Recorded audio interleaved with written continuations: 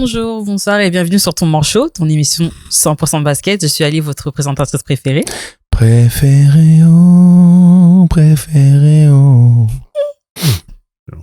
Ah ouais, les chanteuses de Zouk doivent vraiment... Peut-être c'est une émission R&B, j'imagine. À l'émission 200, le mec il va venir faire un concert et fait avec un live band et tout. Non mais c'est bien, mais d'ailleurs, on fête les 1 an de Ton Manchot. Et oui, joyeux anniversaire à nous. Joyeux anniversaire. C'est vrai. 1 an déjà. 1 an déjà. 1 an déjà. Bravo. Premier épisode, c'est qui? Avec Dahomey? Serge Dahomey? Exact. Avec Sergio Dahomey. Sergio, faut revenir, hein. Big up à toi, frérot. Ouais, maintenant que ça fait 1 an, là, il faut... Non, clairement. Ça passe vite, hein. C'est pas cherché. Ça passe très vite. Mais ça, on en parlera plus tard. Ouais. Un épisode spécial anniversaire. Très bien. Big shout out à DJ Flexta qui est de retour. Oui. Et qui en plus est venu, il a déposé un petit cadeau sur le desk là. Il m'a dit, hey, tiens, tu veux pas une coque pour ton ordi? J'ai dit, bon. Merci monsieur. Hein. Là, tu vas faire des jaloux. C'était gratuit. Non. Tu vas faire des jaloux. On dirait, frérot, on a rien. Comment on essaye? Le bleu me va si bien. Merci à toi encore. Exactement. Et welcome back, hein. Ouais. Oh, mais on dirait que je suis même parti de 2 ans. C'est le seul truc que t'as raté. C'est un truc de ouf, hein. Ouais, oui, c'est un truc de ouf. Mais j'ai pris beaucoup de plaisir à le regarder. En tout cas, franchement, c'était très agréable. J'ai beaucoup aimé la dynamique, la pertinence de vos échanges. Et big up à Mousse. Big up à Mousse. Voilà. Big up à Mousse. Ennemi.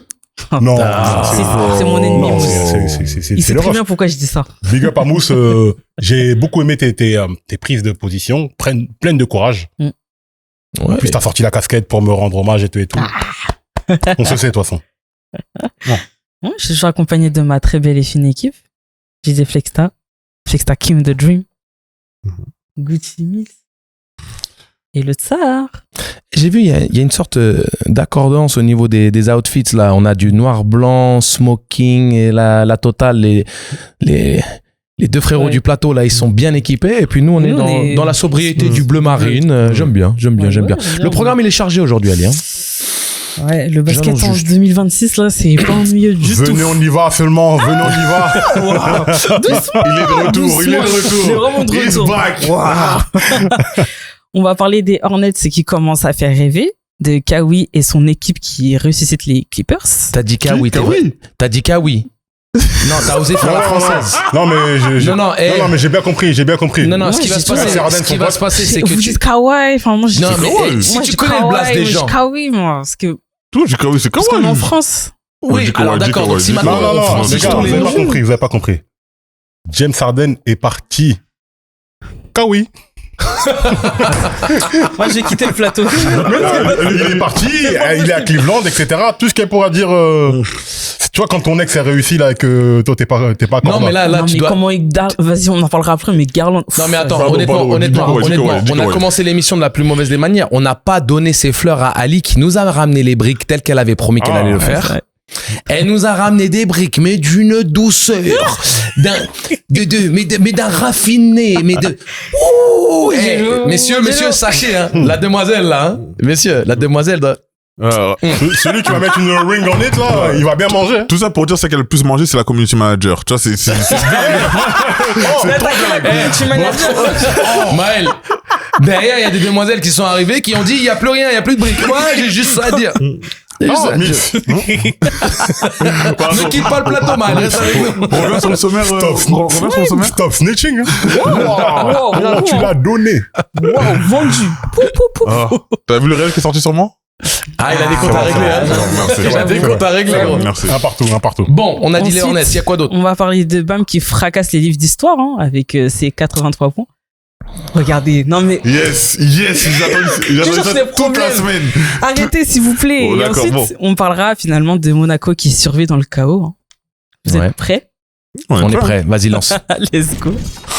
On a Charlotte qui affiche un bilan de 33 victoires pour 33 défaites, soit exactement à l'équilibre. Et c'est historique pour une franchise qui n'a pas vu les playoffs depuis 2015, je crois. 2015, depuis la saison 2015-2016. Il me semble, ouais. Ça serait contre Miami. Ouais. Avec les Browns, ouais. Ouais. Non, c'est pas un truc. Hornets, c'est la série contre D-Wade, là. 2016, je m'en souviens. Là, c'est pas quand il y a LeBron qui va faire son Thomas en contre-attaque et il y a Jordan. Non, c'est encore, c'est 2014. C'est 2014. Ouais, la série, c'est quand Wade, il met un shoot clutch et qu'il s'embrouille avec un mec du public. Pour te dire, tellement c'est loin. Oui. Ok. Merci Mills, historien du basket. On a un duo en feu, hein. Brandon T'as Miller. vu le petit sourire, ça lui a fait plaisir ce que je viens de dire. Ouais, il est là, il a refait Je suis content. Tu as raison, mais tu as le droit. On a un duo en feu, Brandon Miller et Con Knueppel. Il a fait une grosse sensation, hein, franchement. Depuis le 24 juillet, c'est devenu le joueur le plus rapide de l'histoire de la NBA. À atteindre 200 paniers à 3 points en carrière, en seulement 58 matchs. Non, mais franchement, c'est respectable, hein, parce qu'il le fait de la bonne manière. C'est pas un forceur de tir. C'est un mec avec un gros QI basket. Bon, c'est l'école de Duke, hein, coéquipier de Cooper Flagg. Et surtout, vu que c'est pas le gars le plus athlétique de la ligue, c'est un garçon avec des fondamentaux très purs, très polissés. L'arsenal complet du scoreur et du shooter, hein, tu sais, le curl, le flair, après un dribble, après 2 dribbles, le jeu de feinte, l'attrape et tir, bien sûr la distance de tir très profonde. Donc j'aime beaucoup ce joueur et il est favori à l'heure actuelle au même égard que Cooper Flagg pour le titre de rookie de l'année. Il est même en position favorable pour lui subtiliser le rookie de l'année qu'on lui avait promis, hein, à Cooper Flagg, hein, avant que la saison commence. Donc mais enchaînons. Juste une petite question. Juste les Hornets, pour vous, est-ce qu'ils peuvent vraiment aller jusqu'au playoff ou genre venir s'immiscer dans les 8 après le play-in? Parce que bon, pour le play-in, je pense que c'est quasiment validé là, mais mais où Lauren va s'arrêter justement au play-in là, comme d'habitude. Pour dire la vérité, là encore, on regarde le classement à l'Est. On fera rapido, hein. Détroit va y aller, Boston va y aller, New York, Cleveland. Les 4 premiers vont y aller. Après, c'est vrai qu'entre Charlotte qui a 34 victoires et Orlando à 38, donc entre la 5e et la 10e place, il n'y a que 4 victoires d'écart. La dynamique d'Orlando, en ce moment, est très bonne. Orlando et même Atlanta, hein. Je vais en venir aussi. Orlando et Miami est très bonne. Miami vient de perdre contre Orlando, mais c'est une dynamique qui est très bonne. Atlanta, ils sont une très bonne dynamique. Ils sont, je crois, à 9 victoires d'affilée. Exact. Ce qui fait que, pour Charlotte, ça se complique beaucoup. Surtout que là, ils sont à 3 défaites en 5 matchs, là, dont une, dernièrement contre les Spurs. Bon, après, c'est les Spurs, donc c'est pas forcément dramatique. Charlotte a un collectif. On en parlait depuis un moment. Ils ont un collectif. Ça joue bien ensemble. Ils prennent du plaisir à jouer ensemble. C'est plus le LaMelo Ball show comme c'était depuis ces derniers temps. Après, hein, c'est un très bon joueur, LaMelo, ne méprisez pas ce que je dis, mais c'est surtout que Brandon Miller, Matt Bridges, Sexton, Kobe White, t'as quand même 6 joueurs à plus de 10 points. Moussa Diabaté à 8 points. Donc tu vois, on a quand même, ils se partagent la balle. C'est pas comme je le dis. Je te laisse continuer ce que tu voulais dire en disant que c'est plus le LaMelo show, c'est-à-dire que on avait autorisé LaMelo à faire un petit peu trop tout et n'importe quoi. Ouais. C'était du freestyle. Il prenait des tirs dégueulasses. Il était pas dans de la construction de jeu. Il était dans un one man show un peu aléatoire. Et j'ai envie de dire aussi que vu que son temps de jeu a été réduit.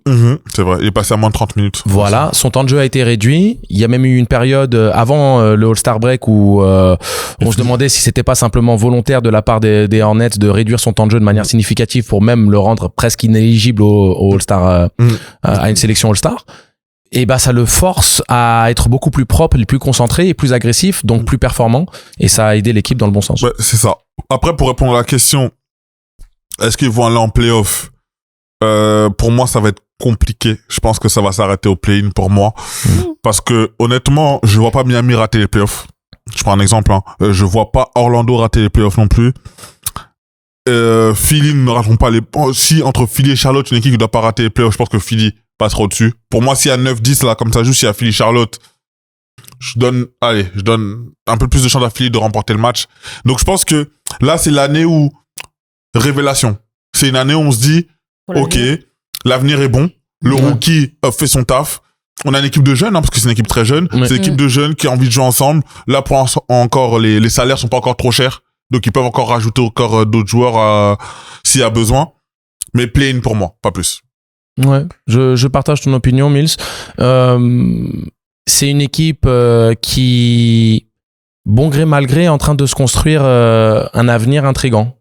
et on regarde un petit peu ce qui se passe du côté d'Atlanta, qui suite à l'arrivée de Kuminga, le départ de Trae Young et la redistribution des cartes en interne vis-à-vis, je parle de l'équipe bien sûr, vis-à-vis de qui va pouvoir prendre les rênes et la direction que va prendre cette équipe. Il y a un futur prometteur aussi du côté d'Atlanta.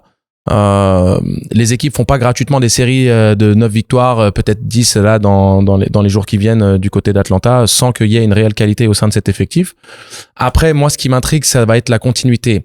Les équipes qui font, on va dire, un beau parcours sur une saison inattendue, très bien. Est-ce qu'ils peuvent confirmer et continuer dans la lignée de cette saison prometteuse?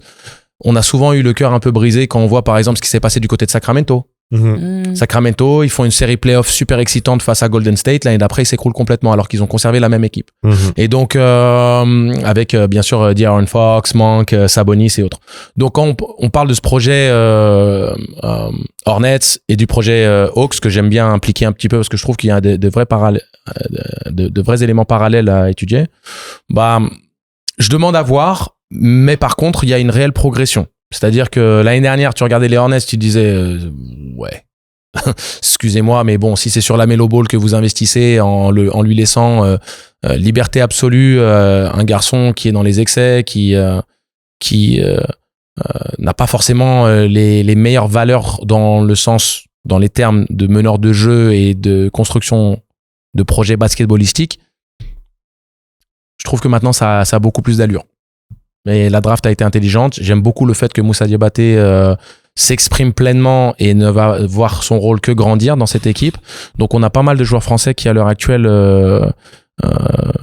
grandissent au sein de cette ligue avec un rôle d'impact et la reconnaissance surtout de ce rôle d'impact. Donc c'est très prometteur et pour l'équipe de France et pour leur carrière respective. Donc rien qu'avec la présence de Diabaté, je souhaite beaucoup de réussite et de bonnes choses pour les Hornets.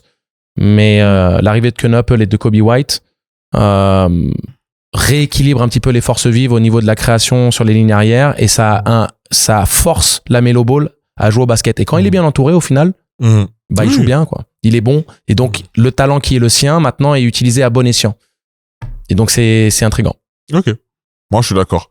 Moi, je pense que de toute façon, l'air de rien, en plus, j'ai quelque chose à dire sur la conférence Est, et c'est très, très rare. C'est que les 10 premiers, pour une fois, ont un bilan positif ou neutre. Ce qui est très rare. Généralement, dans la conférence Est, on s'arrête à les 5 premiers, les 6 premiers, après c'est négatif.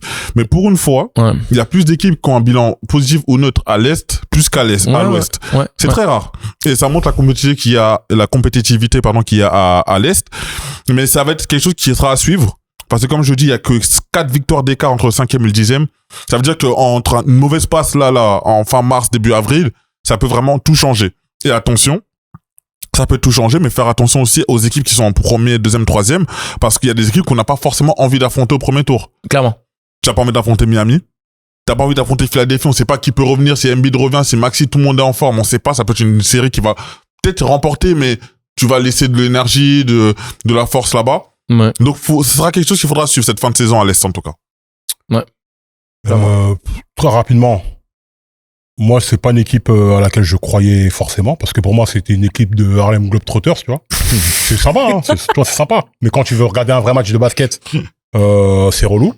La Melo Ball, intrinsèquement, il a un talent de fou. C'est le plus fort des frères Ball, etc., etc. Il est très fort. Oui. Mais le truc qui lui a toujours manqué, c'est le sérieux. Tu sais, il veut trop s'amuser, trop faire du flow, du truc. Dès que tu joues sérieusement, finalement, le projet commence à ressembler à quelque chose de bien.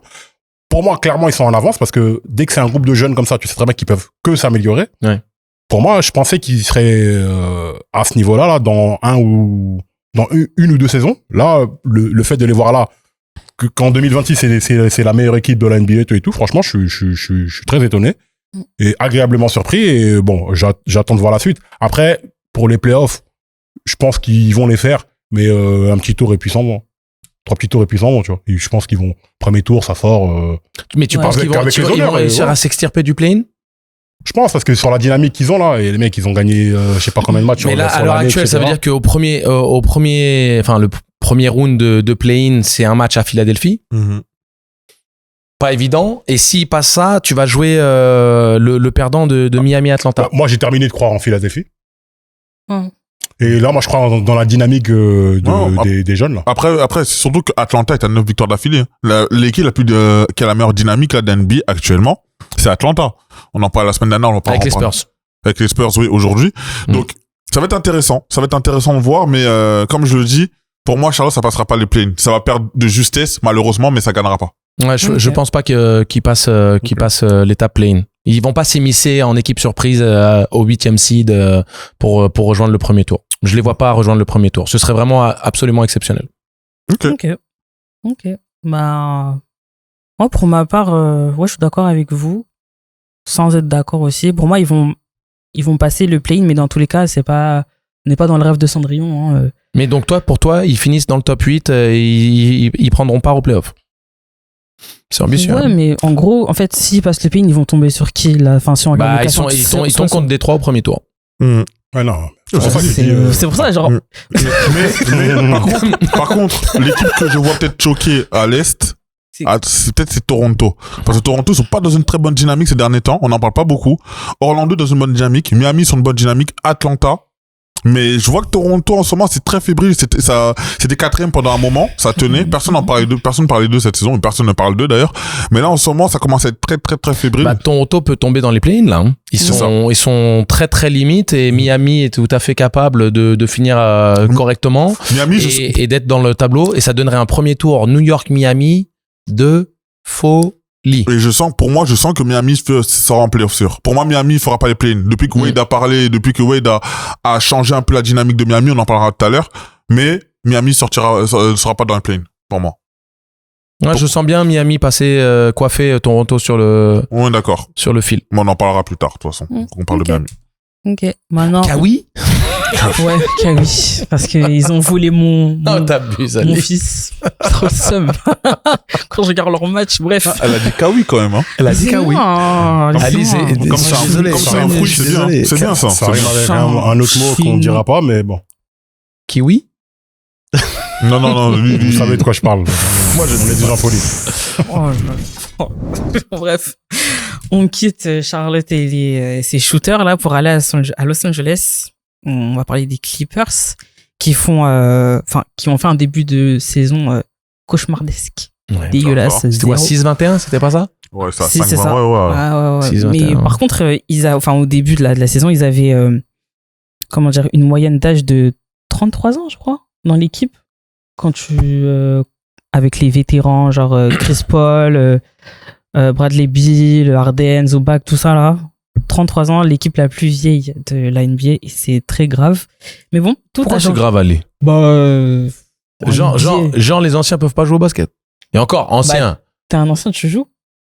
Oui, mais regarde, moi je suis pas un ancien, je suis un ancêtre. Mais les anciens. Cette trend-là, rentre pas là-dedans. J'ai passé la quarantaine, tu vois ce que je veux dire? Parce que je suis concerné. Oui, concerné, toi là-dedans. Et puis regarde, moi je suis la même génération à LeBron. Mais ce que je veux dire par là, c'est que tu as les mecs qui sont en fin de leur prime. C'est-à-dire que Kawhi, il est, on va dire, vieux en comparaison aux autres. 34 ans. Voilà, 34, 35. Dès que tu pars au-delà des 33 ans, ok, tu commences à être sur la fin. Mais tout ce qui avoisine 33, techniquement, c'est l'équipe la plus expérimentée de la ligue. J'ai pas envie de les catégoriser comme des vieux, plus comme des gars expérimentés. Ok, vas-y, les vieux, pardon. Tu vois, ça c'est un problème générationnel. Parce que regarde, Michael, il prend son dernier truc, il a quoi, 36? Ouais, 35, 36.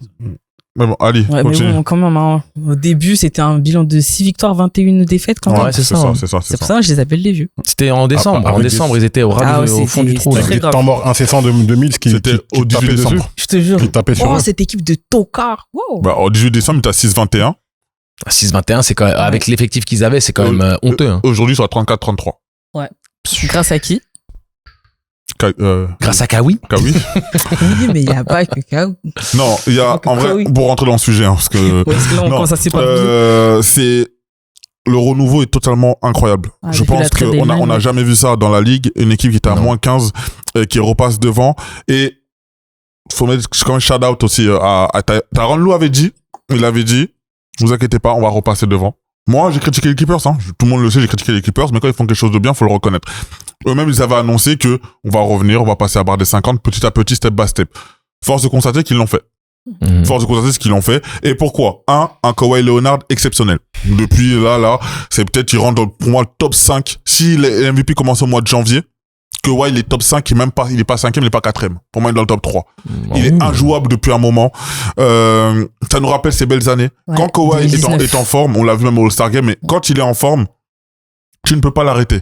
Offensivement, c'est un monstre. On a vu des matchs à 45 points, plusieurs matchs à plus de 30 points. Il arrive à emmener cette équipe-là, même malgré le départ de James Harden. On le disait, ouais, James Harden, c'était celui qui tenait un peu les Clippers à un moment. James Harden est parti, ça n'a pas changé grand-chose. Au contraire, ça joue même mieux. Je dis pas que James Harden était un poids, mais je trouve que ça joue mieux. Pourquoi? Il y a aussi d'autres joueurs aussi. Mathurin qui vient d'arriver. Justement. Ouais. Mais Mathurin, que je vous l'ai dit, il s'est très très vite intégré. 20 points de moyenne dès son arrivée. Ça fait du bien. Un Chris Dunn aussi qui fait un très très bon boulot aussi défensivement. Défensivement, ouais. Les Clippers d'ailleurs poussent pour qu'il ait quand même une récompense pour son activité défensive, et c'est important. On voit justement un Garland qui vient d'arriver, mais tous ces matchs qu'il joue en tout cas c'est très bon, c'est prometteur. C'est une équipe qui reprend plaisir à jouer. C'est une équipe qui justement se dit ok, on a mal commencé, on peut pas faire pire que ce qu'on a fait avant. Là ils arrivent 8e, je crois qu'ils sont 8e ou 9e. 8e. Attention, parce que personne n'a envie d'affronter les Clippers au premier tour. Ok. Clairement. Mais vous pensez qu'ils peuvent faire quelque chose au playoff?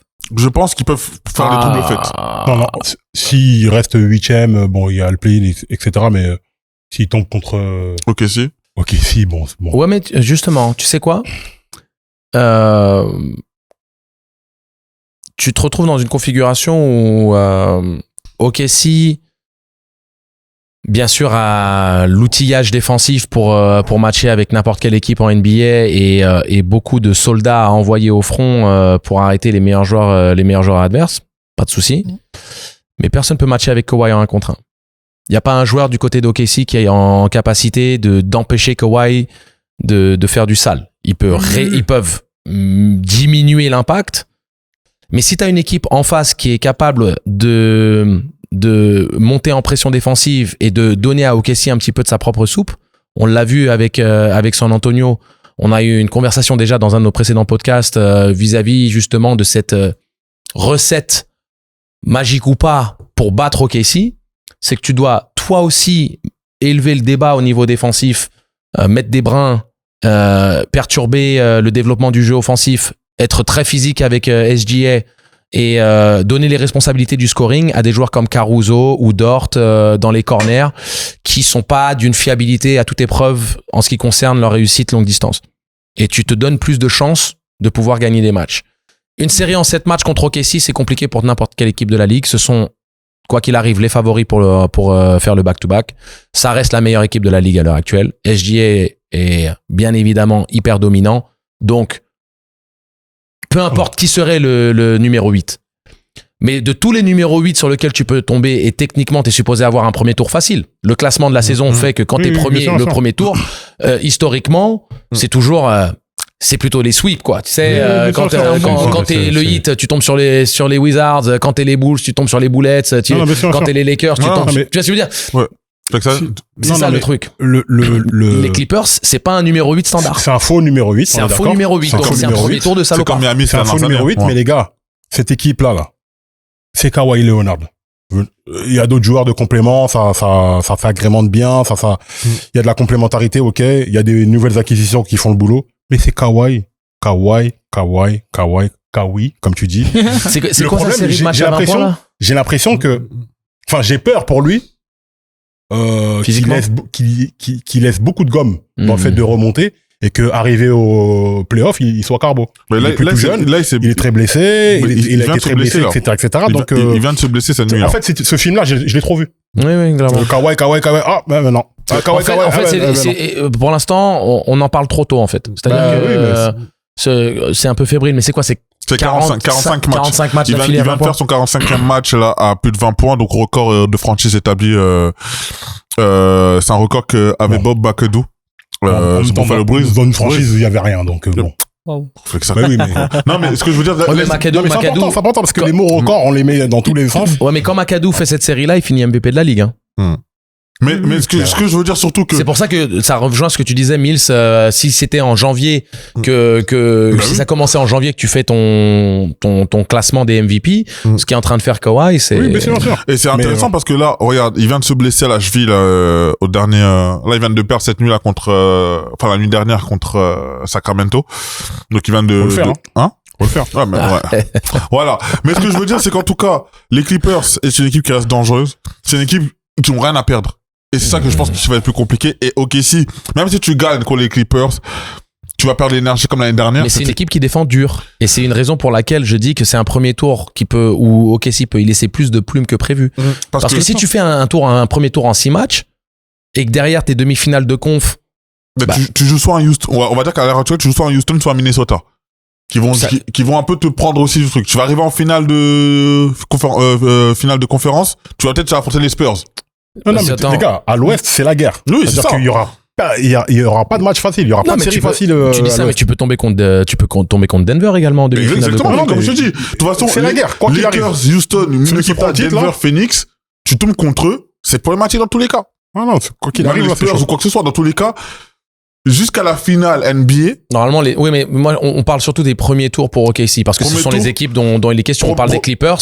C'est techniquement, les Clippers devraient venir se mêler à la conversation. Ouais. Alors, à quoi que les Clippers, si ça reste dans l'état actuel, ce serait plutôt pour San Antonio au premier tour. Parce que s'ils gagnent leur premier match de play-in contre Phoenix, ils finissent 7e. Ouais. Voilà. Et après, s'ils perdent contre Phoenix, après Phoenix aussi, c'est aussi dans une bonne dynamique aussi. Non, clairement, mais c'est. Ça va être intéressant à voir. Mais je crois beaucoup moins en Phoenix comme poil à gratter face à San Antonio ou OKC qu'un Los Angeles Clippers, parce que je trouve pas que Phoenix. Après, bien sûr, il y a Dillon Brooks et Dillon Brooks a un impact énorme dans cette équipe.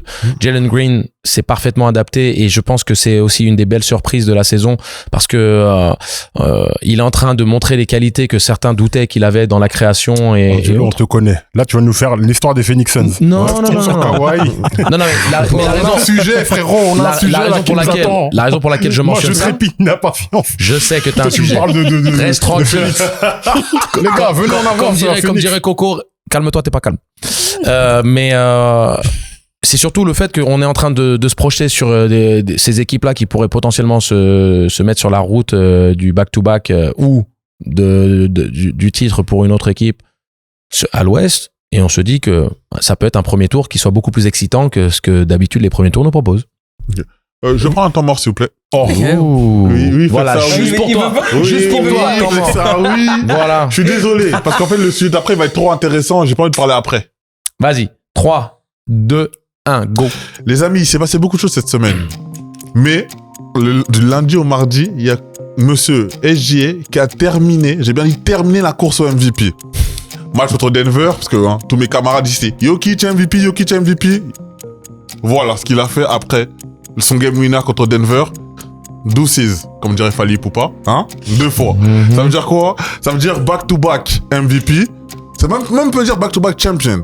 C'est comme ça qu'on clôture les courses MVP. Embiid l'avait déjà fait quand il a gagné son MVP, c'était contre Denver. Westbrook en 2017 l'avait fait contre Denver aussi, souvent sur le buzzer. Donc voilà, je tiens à le dire, il n'y a plus de course MVP, je ne veux plus entendre parler de Jokic MVP, c'est terminé. Et shout out aussi à Dominique Malonga qui a fait le premier dunk de l'histoire de l'équipe de France féminine.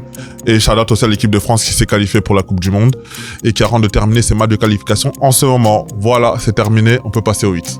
Oh, pas mal. Ah ouais, le mec, il a fait un Glooby Bulga, il a mis des news, des machins, des trucs, du Fali Poupa, du machin, des trucs, etc. En fait, maintenant, le MVP, il suffit de mettre un shoot et de faire ça. Ok. Bon. Oui, contre Denver. Nouveau sport. Quand t'es maintenant, tu mets un shoot et tu fais ça et ça y est, t'es MVP. Il a raison. Il n'y a pas une saison, il n'y a pas une dynamique. Il est premier. Denver, il a plus de 10 victoires d'avance sur Denver. Il est premier. Il bat Jokic, il bat Jalen Brown, qui sont les deux concurrents MVP. Tu veux dire quoi d'autre? Je savais pas que la saison n'est pas finie. Je ne savais pas que le MVP n'était qu'un trophée de collectif, qui n'était régi que par les résultats collectifs d'un joueur. Terminé. Je ne savais pas. Non, c'est pas. C'est terminé. Non, c'est pas. C'est terminé, fais ça. C'est pas. C'est terminé. Non, tout ce que je veux dire sera MVP, tu sais très bien. On verra. Écoute, qu'il le soit. Peut-être, on avait déjà eu cette conversation au niveau philosophique. Il peut très bien être MVP tout en n'étant pas forcément le MVP. Il y a les sensibilités des uns et des autres. Le curseur de ce qui fait un MVP ou pas, il change chaque année. Ouais, Quoi qu'il arrive, statistiquement, la course, pour moi, elle est finie, hein. t'as Jokic qui est le Là, meilleur rebondeur de la NBA, D'accord. le meilleur passeur de la NBA en Ok. pivot. Ok. Ouais, mais tu dis ok, comme si c'était normal. Non, Non, mais tu dis d'accord, ok, j'entends. comme si c'était Mais normal. pour moi, la course est terminée. Là, on peut me dire ce qu'on veut. 11 victoires d'avance. Un gros match gagné, pour moi, c'est important parce qu'au mois de mars, quand il y a des confrontations entre MVP, celui qui gagne 80% du temps, il gagne le MVP. Après, pour Jalen Surtout- Brown qui se fait expulser du match alors que c'est même pas l'arbitre en question qui est concerné. Non, ça, qui... ça, c'est les Spurs. Ah, c'était contre les Spurs, ouais. Ça, c'est Mais contre les tu Spurs. vois, mais dans la course des MVP, dans les oppositions Oui, c'est directes, pour ça que je parle pas de Jalen Brown contre Wemby. Parce qu'il Non, mais il a tu vois, pas fini le match. c'est des trucs où à un moment donné, je trouve qu'il y a plein de paramètres qui faussent certaines choses. Non, mais au 15 Si mars, t'abuses. si Au 15 OKC a mars. une meilleure Il équipe, reste un mois. si OKC a Justement, une meilleure mais équipe, À moi, la saison, elle se termine là bientôt, là. Ouais, mais il reste un mois. Il Quoi, il peut se reste passer 15 plein de matchs choses. si Ça se OKC passe a pas une chose. meilleure équipe que Denver, soit de là à ce que SGA soit un meilleur joueur que Jokic, non. Et quand tu parles de MVP et quand tu parles de l'impact d'un joueur sur l'autre, OKC est en capacité de gagner des matchs. Tu vas me dire que Denver l'a fait aussi quand Jokic Ça, s'est on en a blessé. parlé. Donc si maintenant on est en train de parler de deux équipes qui arrivent à exister malgré l'absence de leurs joueurs, on part sur une comparaison qui est singulière. Le joueur, on prend pas des autres facteurs en considération, les match-up des Ouais, deux mais équipes, ça, les mais le trucs comme problème, ça. c'est qu'ils ont cassé ce truc-là vers Ça a toujours- tout et ça a toujours- n'importe quoi. les gars, ça a toujours été le cas. Mais non. Ça n'a pas toujours été le cas, hein, ces les dernières matchs, années. quand il y a eu des match-ups entre MVP sur le mois de mars, sur le mois d'avril, on l'a vu par exemple quand il y a eu Jokic contre Embiid. Quand Embiid a son titre MVP, la course s'est jouée quoi? À ce moment-là, quand Embiid fait une grosse perte sur Jokic et qui gagne le match, c'est là où la course a tourné en faveur d'Embiid. Mais c'est le storytelling des dernières années, parce que dans les générations précédentes, on n'avait jamais ce storytelling-là. Mais parce que L'histoire de ta saison, c'est pas Mais les non, confrontations mais directes. quand ça C'est se pas joue à qui fait l'MVP. 50-50, quand ça se joue à 50-50, quand on arrive au mois de mars, au mois d'avril, quand il y a une confrontation entre le numéro 1 MVP et le numéro 2, bien évidemment que la finalité, on va beaucoup prendre ce match en compte. Parce que tu bats ton adversaire. Pas toujours. Pour moi, Mais c'est ouais, important. mais en fait- À partir du moment où Ouais, sur mais une en semaine, fait- tu bats tes Non, deux mais en fait, concurrents. le truc, c'est que Tu mets ton game, en plus, c'est pas, tu gagnes un match. Tu mets le game winner sur un shoot que tu mets. Jokic, il répond bien, mais tu remets un gros game winner pour finir le match. C'est toi qui termine le match. C'est pas comme si tu gagnes le Oui, match, le collectif. Oui, tu mais- mets 35 points avec le game winner. Regarde, Oui, les mais deux en fait, joueurs ont fait une performance dantesque dans ce match. Et Hum. pour moi, SGA n'a pas été plus fort que Jokic. Jokic n'a pas été plus fort que SGA sur ce match. C'est ça qui compte pour moi. Que tu gagnes sur un game winner, très bien. Si Jokic avait eu la balle de fin de match, peut-être que c'est lui qui aurait mis le game winner. De là à lui donner l'avantage parce que c'est lui qui met le game winner, parce qu'il a le dernier shoot. Tu regardes, Jokic fait un triple-double à 34 points. Oui. SGA, il est à un rebond de faire un triple-double à 35 points. Ce sont les deux meilleurs joueurs de la ligue à l'heure actuelle. Simplement parce que c'est OKC qui gagne le match-up, c'est lui qui doit avoir le MVP. C'est réducteur de ce que représente le joueur. Parce que SG était déjà devant Jokic. Non pas avec sa saison, avec le fait que Denver est en train de se battre, limite là pour aller en play-in. Donc ça va jouer aussi. T'es numéro 1 là, t'es numéro 1 de la oui, ligue. mais non. T'es numéro 1 de la mais- ligue. mais- On en parlait à chaque fois le MVP. Mills. Ça va compter. C'était un sujet qu'on a mis sur le côté aujourd'hui parce qu'on n'a pas le temps de tout, Oui, de mais tout moi, parler. moi, c'était mon temps mort. Non. Ce que je veux dire, bah, t'es venu jeter une bombe, après tu dis tu t'en vas, tu dis Non, non, non, j'ai rien fait. Donne-moi de répondre. On ne peut pas ça. Non, non, Mais non, Mills. mais frère, Ça vient mais non. Mais tout ce que je veux dire, c'est que tu dis, là, je veux juste répondre à ça parce que je peux pas laisser glisser ça. Tu dis que les Nuggets sont en train de se battre pour pas aller en play-in. Oui. J'essaie de t'expliquer que les 3e, 4e, 5e, 6e sont à un match les uns des autres. Oui, je suis d'accord. Et donc, avec un bilan extrêmement positif. Mhm. Donc, cette bataille pour le play-in, qui ne devrait pas être le cas par rapport à la configuration de la conférence Ouest, où tu as quand même une réelle cassure entre ces 6 premiers et le reste du groupe, le reste de la conférence. Mais il y a un format où bah, le 7e, il va en play-in. S'ils tombent 7e, ils sont à un match de la 3e place, est-ce que c'est vraiment des 7e? C'est des mecs qui, sur un match, ils auraient pu finir 3e. Oui, moi, d'accord. Mais sauf Non, que t'as OKC qui sont à plus 11. Oui, mais Non, moi je répondais simplement au Oui, fait que tu dises d'accord. Denver est en train de se battre pour le play-in. Oui, d'accord. Ils sont à un match du 3e. C'est pour ça que je dis cet argument-là, je veux pas trop l'entendre. Mais la seule chose que moi j'essaye de te dire par rapport à la bagarre pour le MVP, tu parles des joueurs où statistiquement et au niveau de l'impact, Jokic réécrit tous les records de Will Chamberlain. D'accord. Il les efface les uns après les autres. Oui, j'entends. Ok? Donc, par rapport au niveau de jeu du mec et de ce qu'il représente et de ce qu'il produit, la considération légitime que ça pourrait être non seulement un candidat, mais le MVP, au même égard qu'un SGA, comme je t'ai dit, si SGA a un deuxième titre de Oui, MVP, toi, pas de problème. tu me parles quand on parle du meilleur joueur de la ligue. Moi, je suis d'accord. Mais dans les critères de MVP, tu sais très bien que les victoires comptent. Ouais, mais il y en a plus. Les victoires comptent. Vous savez très bien, les victoires comptent. Si vous parlez du meilleur joueur de la ligue. Non, mais Westbrook, il a eu son MVP, ils étaient 6e. Justement, et c'est la seule fois où c'est arrivé. Et tu le sais très bien. Tu prends cet exemple là. Oui, mais justement, je prends cet exemple. Non, mais Jokic, on est tellement fatigué de sa domination statistique et des records brisés que, en fait, ça nous passe par-dessus l'épaule comme si c'était normal. Et le seul mois qui gagne pas le MVP cette année, hein, c'est qu'il se blesse. Ouais, mais regarde. Le problème dans ce que tu dis, c'est que, tu laisses sous-entendre qu'il a une avance de 60 points, devant la concurrence. Il y a quand même une discussion avec Jokic. La discussion aujourd'hui. Non, mais, attends, déjà ça. Oui. Et en plus, attention, faut pas faire des game winners ce que ce n'est pas. Le game winner, c'est que vous gagnez un match sur le fil. Donc c'est bien que tu mettes le shoot. Mais moi, je trouve beaucoup plus impressionnant de la part de SGA quand il joue même pas le 4e quart-temps parce que le boulot est fini à la fin du 3e. Ça, pour moi, c'est une domination de fou. Oui, justement, le dernier shoot, c'est bon. Tu parles de storytelling. Storytelling, SGA l'a déjà fait pendant un gros moment dans la saison. Ensuite, quand tu parles de game winner, on parle de joueur clutch qui est capable de terminer les matchs. Et ça, c'est quelque chose que, en tant que meilleur joueur, que ce soit Jokic quand tu mets les game winners, que ce soit Luka Doncic quand il met un game winner justement la veille, là, contre Denver. SGA, il a le clutch, et ça joue encore, parce que quand on va faire le storyline de la saison, quand on va faire le retour, on va reparler des matchs quand tu vas jouer contre les gros. Quand tu bats Boston, quand tu bats Denver, tu vas en parler. Oui, mais et c'est ça qui est important. Encore une fois. OKC sur le match-up avec Denver, il y a, je crois, 3 victoires, 3-1 ou 3-0, un truc comme ça. C'est là où Wemby, quand il discute avec SGA pour le MVP, l'avantage qu'il peut avoir aussi, c'est que quand il a joué contre les plus gros de la ligue, il a dominé.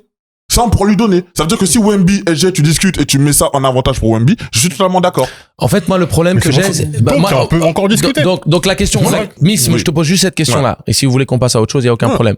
Toi, si Denver finit 3e de la conférence Ouest, à ce moment-là, le dossier de Jokic est suffisamment costaud? Pour moi, il est fini dans le sens où, je vais t'expliquer pourquoi. Parce que pour moi, je vois pas OKC perdre beaucoup de matchs avant la fin d'avril. Pour moi, si par exemple, il est 3e. Ils vont finir premier. Pas de problème, je te parle de Denver. Oui, justement. S'il finit premier et qu'il y a par exemple, il y a 15 victoires d'écart. C'est le champion en titre, ils ont une équipe avec une profondeur, Mais pour moi, le dossier n'existe pas. 15 victoires d'écart, c'est énorme, Angelo. Oui, mais justement, si les 15 victoires ne sont pas dépendantes de toi et de ta présence, et ça a déjà été défini, ça, on l'a déjà démontré. Mais justement, mais quand SGA était pas là, ça devrait être le facteur. était pas là pendant un moment. On a vu qu'OKC était beaucoup plus en difficulté. Et que quand SGA est revenu, OKC va beaucoup mieux. Oui, mais c'est toujours pareil avec Jokic aussi. Jokic, quand justement on en parlait, Jamal Murray a pris les devants et Denver allait aussi bien. On a l'impression aussi bien. Ils ont survécu Jokic, 2 semaines, gros. Ils ont gagné des matchs, ils ont survécu, on pensait pas qu'ils allaient survivre. Pour nous, Denver, ils descendent beaucoup plus. Et c'est pour ça que Jamal Murray est allé au All-Star Game. Et justement, c'est pour ça qu'on a dit. Oui, mais ça veut pas dire que tu peux faire toute une saison sans Jokic. Je dis pas ça. Mais c'est pour ça qu'on est en train de te dire, c'est qu'à un moment donné, c'est limité comme argument. Oui, mais ce que je te dis, c'est que SGA, l'apport de SGA sur l'équipe, moi, je pensais que quand SGA serait pas là, je pensais qu'OKC allait continuer à dominer parce que c'est une équipe collective un peu comme les Spurs. On a vu que non. On a vu que SGA a quand même son importance et qu'il est très très important dans le collectif d'OKC. Indéniablement, Jokic est important dans tous les cas, on parle du meilleur joueur de la ligue. Il y a pas de souci sur ça. Moi, je parle juste de la saison 2025-2026. Si tu me dis le meilleur joueur de la ligue, Jokic, il y a pas de souci. Le débat est là. Moi, je parle de MVP. C'est comme par exemple LeBron quand il gagnait pas le MVP, on dit que c'est le meilleur joueur de la ligue. OK, il y a discussion. Mais quand tu parles de MVP de la ligue 2025-2026, avec tout ce que, on parle de storytelling, on parle des victoires d'OKC, les débuts de victoire d'OKC, on voit l'avance qu'ils ont sur le deuxième sur Antonio alors qu'ils ont une dynamique exceptionnelle. Pour moi, j'entends ce que tu me dis, je pense que tu as raison. C'est surtout la grosse série qu'ils ont fait en début de saison. Leur avance, elle est là. C'est ça, mais là, ils se sont fait un match là. En ce moment-là, ça continue. Mais sur la domination de la saison, vraiment, moi, je trouve, en fait, moi, le seul truc, parce que ce que tu dis, c'est pas de la folie, hein. Moi, le seul truc avec lequel je suis pas d'accord, c'est ta manière de clore le débat tout de suite parce qu'il a mis un shoot et qu'il a fait ça avec ses doigts. Pour moi, la façon dont il l'a fait, moi, j'ai trouvé ça intéressant. Mais en tout cas, parce que moi, j'ai toujours été un fan par exemple, quand je voyais, par exemple, des Kobe LeBron, quand je voyais des Dwayne Wade LeBron, quand je sais qu'ils s'étaient tapés pour le MVP, que les matchs commencent à jouer, ça avait une importance parce qu'on disait, on cochait ça dans le calendrier en se disant, ce match-là, il va être important au regard des gens qui vont voter à la fin de l'année. C'est pas toi qui votes, ni toi qui votes. C'est pas nous qui votons. C'est-à-dire que vous avez votre manière de voir qui est le meilleur joueur. On sait comment les journalistes votent en NBA. Ils vont regarder avec le derrière. Parce que en fait le truc par rapport à ça, c'est que j'entends bien l'argumentaire de Mills, c'est que au-delà de sa considération personnelle, c'est aussi son analyse vis-à-vis de ce qui, historiquement, ou en tout cas sur la dernière décennie, permet à un joueur de valider entre guillemets le ticket. Tu vois, tu composes ton ticket et basta. Donc sur ça, je l'entends. Sur le fait de moi dans l'argumentation. Je dis bien que quand tu dis meilleur joueur de la ligue, là, il y a discussion. Je dis pas que tu es fermé. Là, quand je parle du tout MVP et meilleur joueur de la ligue, on sait que c'est deux trucs différents. On l'a déjà vu sur les dernières années. Je pense surtout que le vrai problème, c'est que et le truc, c'est que au-delà d'un Jokic qui réécrit les livres d'histoire, il faut pas minimiser non plus la saison statistique d'un SGA et ce que lui écrit comme histoire par rapport à son efficacité en tant que deuxième arrière, son pourcentage au tir et sa capacité aussi à prolonger sa série de matchs à 20 points et tous ces trucs là, il y a pas de problème. Voilà. Est-ce que c'est tout le temps éthique ou pas? Il y a un autre sujet philosophique, mais au final, il y a la réalité de certains chiffres et il y a aussi les victoires et il y a le storytelling et toutes ces choses-là. Donc, c'est une machine de guerre contre laquelle on n'est pas suffisamment armé pour pouvoir impacter la finalité. Donc, je pense que tu as raison dans la finalité, mais je pense que ça se joue pas simplement sur le fait qu'il mette son game winner. Je pense qu'il y a beaucoup trop on banalise beaucoup trop ce que Nikola Jokic fait day in and day out. On le banalise de manière vulgaire. Après, c'est souvent le cas chez les intérieurs. Hein. Shaq, il a qu'un seul MVP, alors qu'il y a des saisons, il était numéro 1, il dominait, etc. Bien sûr. On trouvait que l'autre, il était... Enfin bon, bref. Bon, déjà, top le programme, là. Mais justement, ta casquette, Miami. Très belle casquette. Attends, Ali, de quoi on va parler, là? Bon, le 10 mars 2026, à Miami, Bam Adebayo a inscrit 83 points face à une victoire du Heat contre les sorciers de Washington. Les sorciers. C'est pas les sorciers, c'est les escrocs. Non mais, ça commence, s'il te plaît. La vie, j'ai besoin de... Vincent, je peux poser ma question ou pas? Je peux poser ma question. Ce joueur qui bouillonne. Est-ce que les 80 points de Bam Adebayo, ça mérite d'être dans les livres d'histoire au même niveau que les 100 points de Wilt et les 80 points de Kobe?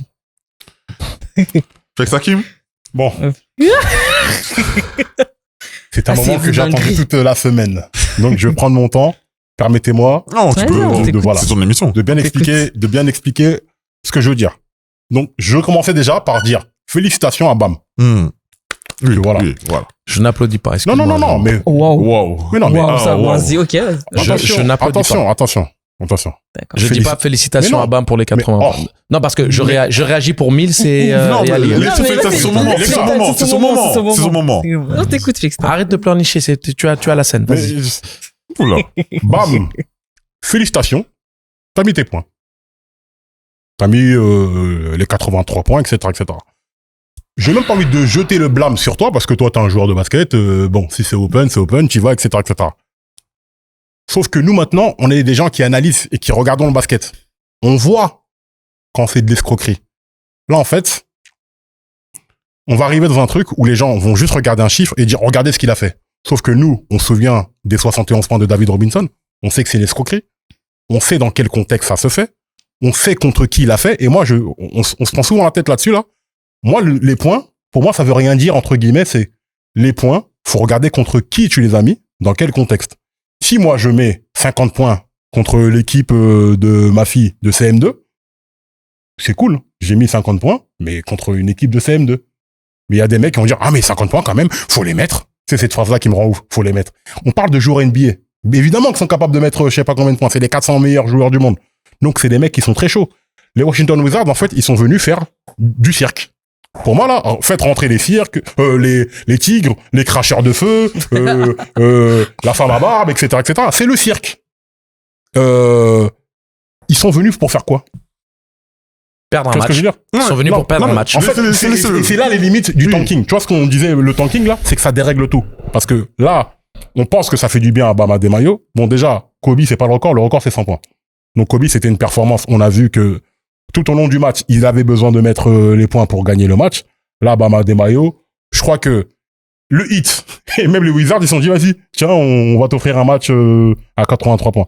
Bam Adebayo, un bon joueur. C'est pas non plus ce joueur que t'attendais à ce genre de pas du tout, je pense que ça qui choque. C'est pas ce... Moi, maintenant, je suis bête et discipliné. C'est-à-dire que je regarde la ligne de stats. Et je regarde. Je vois que le mec, il a pris 22 tirs à 3 points. Je sais pas mais si Steph Curry, il a déjà tenté ça une fois dans sa vie. Il a déjà tenté. 22 tirs à 3 points, Bam Adebayo.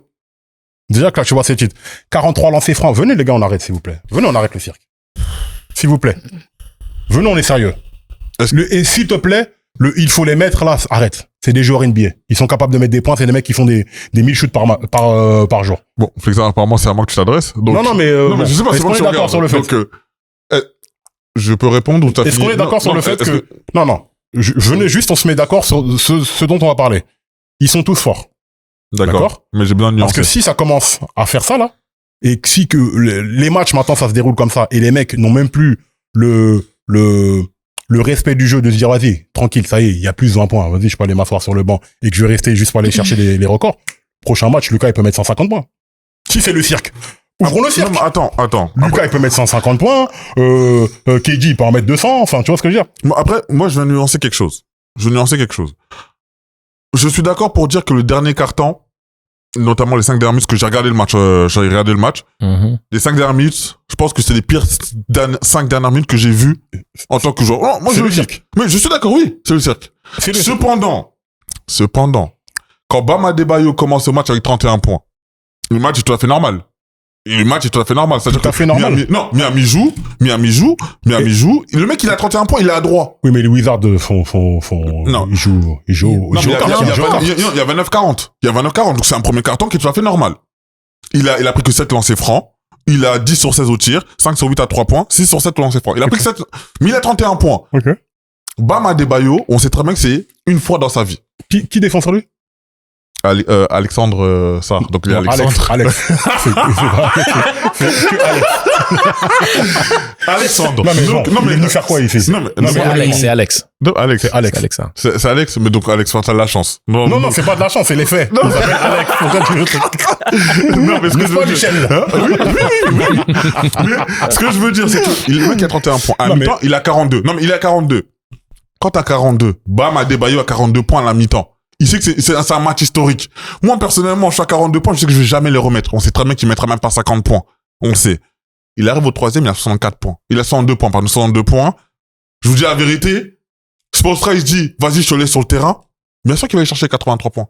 Moi, je vais jamais condamner Bam pour ça. Mais ce que je dis, je suis d'accord avec toi. Pas, donc sur ça, je suis d'accord avec toi. Moi, je ne condamne pas. Le mec, il y a moyen de... Là où je suis d'accord, les Wizards, parce que j'ai vu les Wizards commencer à défendre le prise à 2 quand il arrive à 70 points. Les gars, il commence à défendre à 2 sur lui. Bam Adebayo prenait la balle, hein. Il remontait le terrain et il provoquait une faute. Les gars, Washington, si vous n'arrivez pas à défendre tout terrain sur un pivot en intérieur, il y a problème. Moi, maintenant, je suis d'accord avec toi et je suis très content que tu aies pointé le doigt que Washington est une équipe tocard à l'extrême, ringard, tout ce que tu veux, équipe Ligue 2, Ligue 3, tout ce que tu veux, départ U11, U13, ce que tu veux, laissez Bam Adebayo met 83 points. À la limite, tu m'aurais dit Doncic. Tu m'aurais dit des joueurs qui ont déjà mis 110 points. Des joueurs qui scorent au quotidien. Bam Adebayo n'est même pas à 20 points de moyenne avant ce match-là. Il passe de 18 points de moyenne à 83 points un match comme ça parce que AJ Wilson est revenu aux États-Unis.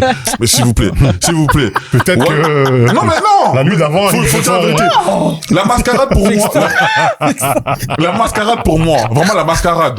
Là où les gens... la même chose, Là où j'ai vu les arbitres. Ça va me faire rire, salaud. Là où j'ai vu les arbitres déconner à la fin parce qu'ils donnaient tous les lancers francs. Parce qu'après, j'ai regardé la vidéo des lancers francs. Il y a des lancers francs, il y avait vraiment faute. Ouais. Il y avait vraiment faute. C'est là où je dis que Washington, c'est une dinguerie ce qu'ils ont fait. Parce que ils ont laissé. Moi, Eric Spoelstra, à partir du moment où il dit, bam, tu peux rester sur le terrain pour battre le record, va chercher le record. Miami, qui t'aide à battre le record, bah, qu'il le fasse. Tu étais sur le terrain. Attention, c'est pas le record. Temps mort. Non. Attends. C'est un gamin. T'as interrompu les bails comme ça. T'as pas vu qu'il a déjà serré depuis 5 minutes? C'est genre, il rigole même pas. Allez, est-ce que t'es prêt? 1, 2, 3, parti. Moi, mon opinion, dont vous pouvez vous moquer foncièrement, ça n'a aucune importance. Je vais quand même donner ma vision de la vie, ma vision du basket, ma vision des choses. Je suis profondément déçu de la mascarade des 5 dernières minutes. Il y a de la nuance à donner, je suis entièrement d'accord avec toi, Mills. La première mi-temps de Bam, un bijou. Son premier quart-temps, magnifique. Performance XXL, méritée, légitime. Même pas de discussion. Mhm. Un match de dingue. Le dernier quart-temps, c'est du foutage de gueule indescriptible.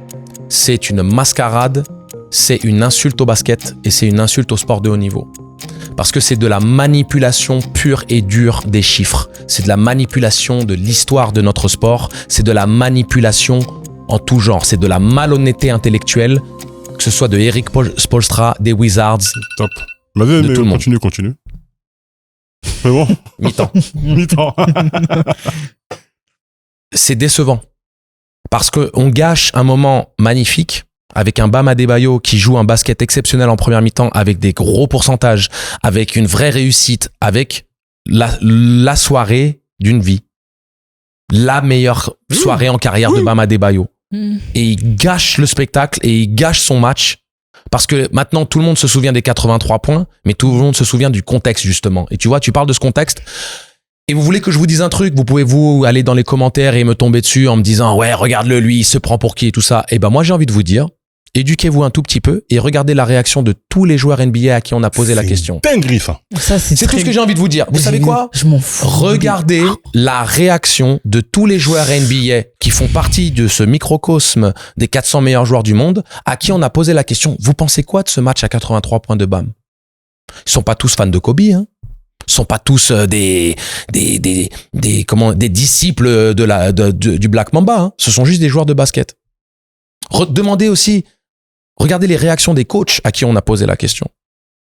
Est-ce qu'ils sont émerveillés? Est-ce qu'ils sont en mode « Waouh, quel match de folie !» Ils l'étaient beaucoup plus quand ils ont eu Devin Booker à 70 points. Il l'était beaucoup plus quand Luka Doncic met 73 points contre les Hawks et que les Mavericks gagnent 148-143 et que Luka Doncic ne shoot que 17 lancers francs. Vous savez, de toutes les performances là de folie qu'il y a eu dans le scoring, vous retirez les lancers francs, Kobe reste la deuxième meilleure performance, Wilt reste la première performance et actuellement, tout le classement des 10 meilleures performances de l'histoire reste indemne. Mais la performance de Bam Adebayo tombe de deuxième à 73e. Donc, si vous voulez qu'on discute un petit peu du pourquoi du comment, le Tsar, il fait un petit coup de gueule comme ça et qu'il est totalement exaspéré par le fait que tout le monde est en train de se masser sur match qui n'est qu'une mascarade. La première mi-temps, je suis avec vous, les amis. La première mi-temps, non seulement je tire mon chapeau, mais je respecte de manière indiscutable le game de folie que nous fait Bam Adebayo. Mais la fin de match, je comprends même pas intellectuellement pourquoi les coéquipiers de Bam Adebayo ratent volontairement des lancers francs, puisque de toute manière, il y a une remise en jeu à faire derrière.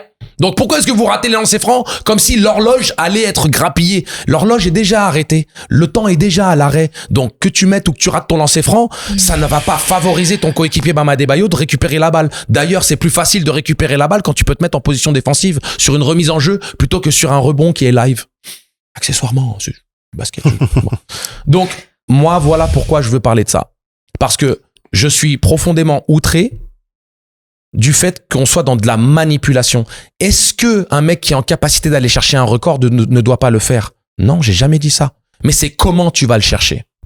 Si tu es obligé de prendre des shoots que tu ne prendrais jamais dans un match normal, et au-delà de ça, tu peux prendre des tirs un peu compliqués, tu peux aller chercher ça, on le sait. Mais moi, je me souviens d'un James Harden qui avait une série de matchs à 30 points. James Harden, contre les Atlanta Hawks, c'était pour son 30e et quelques matchs d'affilée à mettre 30 points. Il a la balle dans la dernière possession. Il a 28 points. Il a 15 secondes pour aller chercher un tir. Il dribble, il reste au milieu de terrain et il lâche. Et on lui pose la question, pourquoi t'as pas essayé de tirer? Pourquoi? Le match est gagné. C'est tout. À un moment donné, vous êtes des basketteurs ou vous êtes juste des gars qui essaient d'aller chercher des records dans un contexte où on n'est pas dupe, on sait ce qui se passe. Le game, on peut pas tricher le game. Donc moi, en tant que puriste du basket, en tant que fan du basket, vos 83 points, jamais vous aurez le respect que vous attendez que quelqu'un ait pour quelqu'un qui a mis 83 points. Parce que votre dernier quart-temps, c'est de la... Je vais pas dire un mot qui va faire que je vais être buzzé. C'est juste pas possible. Autant il y a la première mi-temps qui est exceptionnelle, autant les 5 dernières minutes dont tu parles, Mills, c'est écœurant. Et j'ai entendu, genre j'ai dit, que je respecte profondément, dire « Oh, mais valider le concept ». Je suis déçu. Jacques Monclar qui nous explique que Bam Adebayo, c'est quand même 2 médailles d'or aux Jeux Olympiques, que c'est quand même un joueur de basket. Bam Adebayo, avant ce match, Jacques, et tous les autres, c'était 5 lancers francs tentés par match. Donc, de 5 lancers francs tentés par match, tu vas à 43 lancers francs tentés. Expliquez-moi. Les fautes qu'on donne à Bam Adebayo qui prend des tirs à un pied en plein élan à 3 points, où il y a même pas faute sur le tir et il prend 3 lancers francs par-ci, il prend 2 lancers francs par-là pour arriver à 43 lancers francs tentés. Non, 43, Et là, vous allez me faire passer pour le mec. Moi, j'écoute ce que les gens disent. Et je respecte tous les anciens consultants, tous les consultants actuels, tous les gens qui sont autour du basket comme je le suis moi. Mais à un moment donné, les amis, s'il vous plaît, on peut respecter le jeu, on peut respecter le basket. Les anciens qui, eux, ont eu des carrières qui sont meilleures que les miennes, qui ont fait des choses que moi, j'ai jamais pu toucher du doigt. Ça vous touche pas un minimum qu'on insulte le basket qu'on aime tant? Ça vous touche pas? Parce que on veut être toujours dans une sorte de politiquement correct. Quand je vois Georges Eddy valider les 83 points de Bam Adebayo et la manière dont ils ont été accomplis, ça me touche. Moi, je suis déçu. Tu sais pourquoi? Parce qu'il y a deux choses. Déjà, le fait que les joueurs ne respectent pas ce record-là, c'est une dinguerie. Ça en dit long. Ça en dit long parce qu'ils sont pas personne en NBA qui le respecte. Moi, il y a un autre truc aussi, c'est que maintenant, si tu lis la ligne de stats et que tu dis, ça c'est trop, ça c'est abusé, ça c'est abusé, 22 tirs à 3 points, c'est abusé, t'es un rageux, t'es un haters. Or, haters, et il y en a beaucoup qui vont dans le sens de dire que c'est exceptionnel, que c'est incroyable, pour pas passer pour des haters. 46% de réussite, 7 sur 22 à 3 points. Un mec qui tourne à 5 lancers francs par match, il en shoot 43. Je veux bien que de 5 lancers francs, tu passes à 25. On laisse la défense, 73e performance sur les lancers francs, c'est tout ce que j'ai à dire. Personnellement, je suis d'accord avec vous, mais je suis pas d'accord non plus. Enfin, je suis d'accord dans le sens. C'est ton expression de la soirée, toi. T'es d'accord, mais pas d'accord. Je suis d'accord, je suis pas d'accord. Faut choisir, c'est un jour de vote aujourd'hui. Dans le sens. Mais non, mais dans le sens où, ok, vas-y, dans le basket, enfin, sur le plan du basketball et tout, c'est moche. Je suis d'accord. Mais c'est 83 points. Mais non, mais justement, c'est ça. 83 parce que, en fait, comment dire? Non, Ali. C'est un record qu'on. C'est pas un record. Ok. Non, c'est pas un record. Parce que le record, c'est 100 points. Même Kobe, c'est pas le record. Ok, vas-y. Parce que tout le monde dit ça et il y a plein de gens américains qui disent, le record, c'est Wilt. Non, mais le record, c'est Wilt, mais en fait, comme Doncic fait 73 points dans un match qui finit à 148-143. Quand Kobe met ses 81 points, quand Kobe met ses 81 points, le match est encore en train de se jouer. C'est vrai. Non, je suis d'accord avec ce que tu dis, Angelo, mais c'est juste que, un truc qu'on croyait impossible avant, je sais pas moi, 2060. Pourquoi tu dis ça? Kobe l'a fait il y a 10 ans. Non, mais il y a 20 ans. 20 ans, c'était 20 ans, c'était il y a longtemps. J'étais petite d'ailleurs. Bref. Je l'ai pas vu. Mais là, je me dis que pour une personne, je prends moi, une personne de mon âge qui voit ça en direct, je dis, ah ouais, j'ai vécu ça, par exemple. Je vois ça, je dis, après, par exemple, moi, je me dis, les 80 points de Kobe, moi, je les ai pas vus, j'ai vu sur YouTube et tout, mais de mes propres jeux. J'ai juste une question à vous poser. Le match de Kobe à 62 points en 3 quarts temps, tout le monde. On est d'accord ou pas? Ouais. Le match de Kobe à 62 points en 3 quarts temps, on en parle comme les 100 points de Wilt Chamberlain. Ouais. Parce que le fait de mettre 62 points en 3 quarts temps, tout le monde en parle. Les mi-temps légendaires. Il y avait 62, 60. Voilà. Et Bam Adebayo, qui met ses 40 et quelques points en première mi-temps, on va dire en une mi-temps, il a mis 40 et quelques points. Dinguerie. Les mecs qui font des cartons de folie. Le carton de Klay Thompson où il fait 35 points en un carton. 37 points en un carton. On en parle encore aujourd'hui. C'est-à-dire que vos performances, vous n'avez pas besoin de manipuler les chiffres. Vous n'avez pas besoin de faire le plus, quitte à ce que ce soit, au contraire de l'éthique sportive ou de la sportivité ou de comment dire, la logique. T'es à plus 30. Le match est gagné. Il reste 9 minutes. Si vous voulez faire ce qui est le plus détestable, c'est-à-dire, moi je me souviens, tu veux que je te dise, Bam Adebayo, on va se souvenir de son match à 83 points de la même manière qu'on se souvient du triple-double de Ricky Davis qui a shooté contre son propre panier pour essayer de choper un rebond pour faire un triple-double. C'est comme ça qu'on se souvient des gens qui manipulent le game. Sauf que les gars, il y a un truc que vous oubliez. Non, il y a quelque chose que... Après, là c'est un braquage. Non. Là c'est de la malhonnêteté en fait. Non, il y a quelque chose que vous oubliez. Vous avez vu Ricky Davis. Vous voyez les choses. Dans 30 ans. Quand justement, je finis. Quand vous serez plus là, quand les gens qui auront plus vu le match, ils seront plus là. Tu nous souhaites du mal, mais quand ils seront plus là. Non, si 30 ans, frère.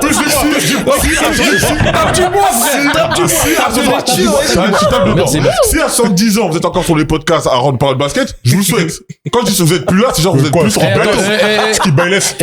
Non, mais après, c'est bien. Et Jacques Monclar, il est bien encore Non, sur mais lui. j'espère pour vous. Bon, voilà. J'espère pour vous. Peut-être que toi, tu retournes en Grèce, tu connais, toi, depuis, tu parles la Grèce et tu vas finir ta carrière en Grèce. On sait pas. Qu'est-ce que j'en sais? Ma carrière ou ma vie, ouais. Oui, ta peut-être, vie, mais- justement. Ce que je veux dire, c'est que plus tard, quand les gens vont commencer à regarder le basket, ils vont regarder les stats, ils vont regarder 83. Ils vont dire, oh, c'est regarde, lui. Ils vont regarder les pourcentages, ils vont regarder les matchs. Pas forcément. Eh, Ils pas vont forcément. Angelo, juste fini. La highlight tape de Kobe à 80 points, elle dure 10 minutes. attends, Ah, c'est de balle, elle dure 2 minutes. Attends, ce que je dis, c'est que toi, tu vas regarder parce que toi, t'es un produit du basket, tu vas regarder. Mais quelqu'un qui va dire, ah ouais, 83 points, c'est chaud. Il va commencer par ça. Il va pas forcément dire, ouais, là, il a fait ci, il a fait ça. Déjà, c'est ça. Regarde, j'ai un truc parfait Non, pour mais toi. attends, Laisse-moi te récupérer après. Laisse-moi te récupérer après. Au troisième carton, il a 62 points. Jusqu'à là, tu vas pas me dire qu'il a manipulé. Il a 62 points. Je t'ai dit que je validais jusqu'au Non, dernier on est carton. Je te d'accord. l'ai dit. Non, mais moi, ce que je dis, je veux juste qu'on parle la même chose. On est d'accord. Donc, il a 62 points. Donc, il est à peu près comme Kobe contre Dallas. Complètement. Donc, sur ça, il manipule pas. mais- Moi, ce que je dis, c'est qu'à partir du moment où ton coach, il te dit, reste au dernier quart pour battre les 80 points, si tu peux les battre. Oui, mais comment tu le Mais fais? en fait, Non, lui, comment tu le fais? parce que, non, regarde, mais si l'arbitre, il utilise des fautes, il va dire non, il n'y a pas faute. Mais Si, regarde, mais- Angelo, moi, je suis d'accord. Moi, je suis d'accord. Mais si, on si, parle pas de lui. Non, mais ce on que parle de tout le contexte. Moi, mais ce que je te dis que l'arbitrage est fautif. D'accord? Les Wizards sont fautifs. Les Wizards sont fautifs dans tous les cas parce que à partir du moment où tu Oui, prends c'est des fautes 62, intentionnelles, tu ouais. prends 62 points par Bam Adebayo en 3 cartons, t'es fautif. Même avant même qu'on parle dernier carton. T'es fautif dans tous les cas. Voilà. À ce moment-là, Bam Adebayo, pour moi, je le dis, parce que même tu l'as dit, hein. Pas fautif. Les joueurs du Heat qui veulent aider Bam à mettre les À tes 83 points, je peux pas les condamner. C'est le match de sa vie, il sait très bien qu'il refera jamais un match Ouais, comme ça. d'ailleurs, on a vu le drop-off le match d'après. Ouais, mais justement, Le plus là, gros drop-off de l'histoire, hein. Non, mais justement, là, On peut le dire, ça aussi, Kobe hein. savait qu'il allait le refaire. Quand il a 62 points contre Dallas, il le dit, il va le refaire. Il l'a fait 2 mois après. James Harden, quand il arrête son record, il se dit, ah, peut-être que je peux le refaire. Et voilà pourquoi aussi, mais en c'est fait- pour ça, il faut dire, on sait qui il est. Mais Et c'est pour ça justement, que c'est moi, j'aime pas quand on va dans les descriptifs de c'est quand même Bam Adebayo. Oui, c'est Bam Adebayo, Mais lui, justement. Un joueur, Bam Adebayo, de base, n'est pas capable de faire ça. Nous sommes totalement d'accord. On en a parlé il y a 2 mois quand on parlait des 80 points de Kobe.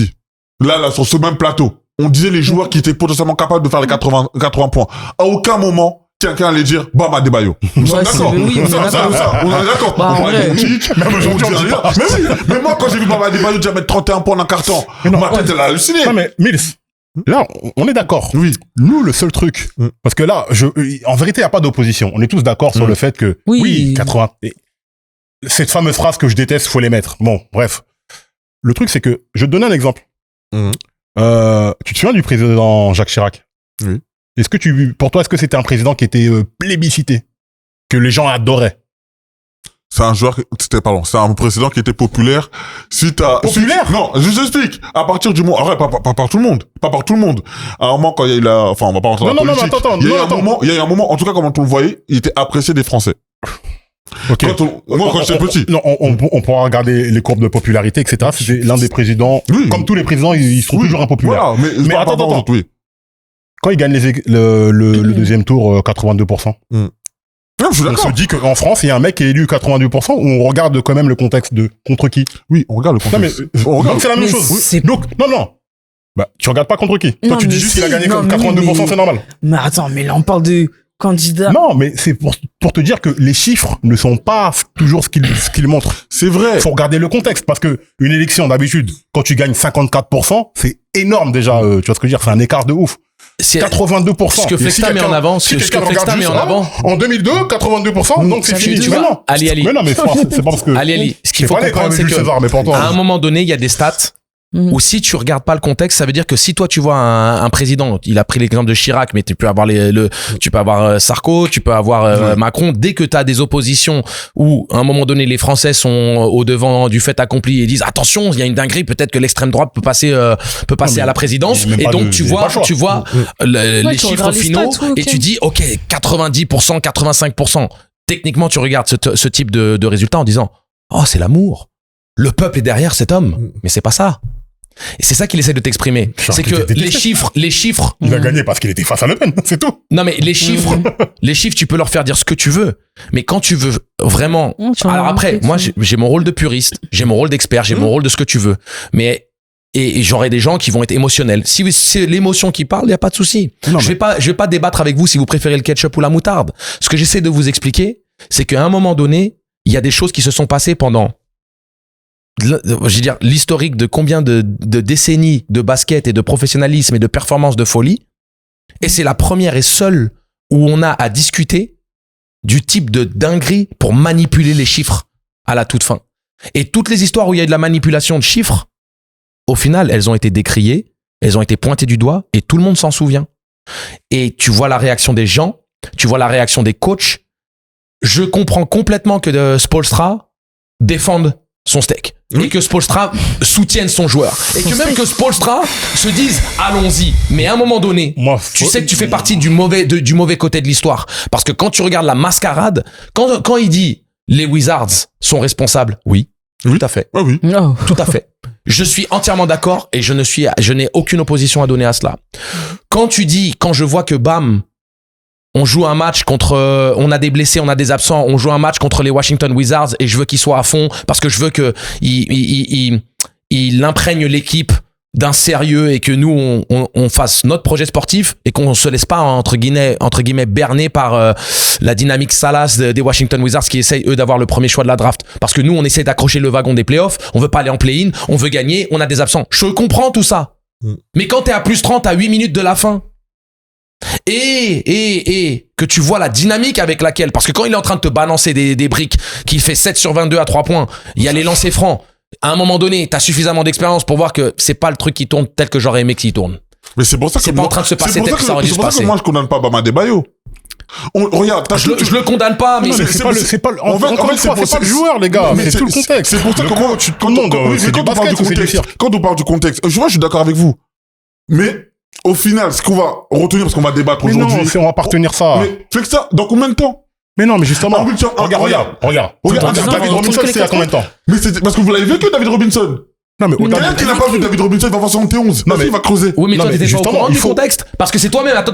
On peut écouter le podcast. Oui. On écoute le podcast et le premier à dire le pourquoi il a mis les 71. C'est ça que j'essaie de vous dire. Tout le monde n'a pas la chance d'être mis. Non, mais tout le monde connaît le contexte.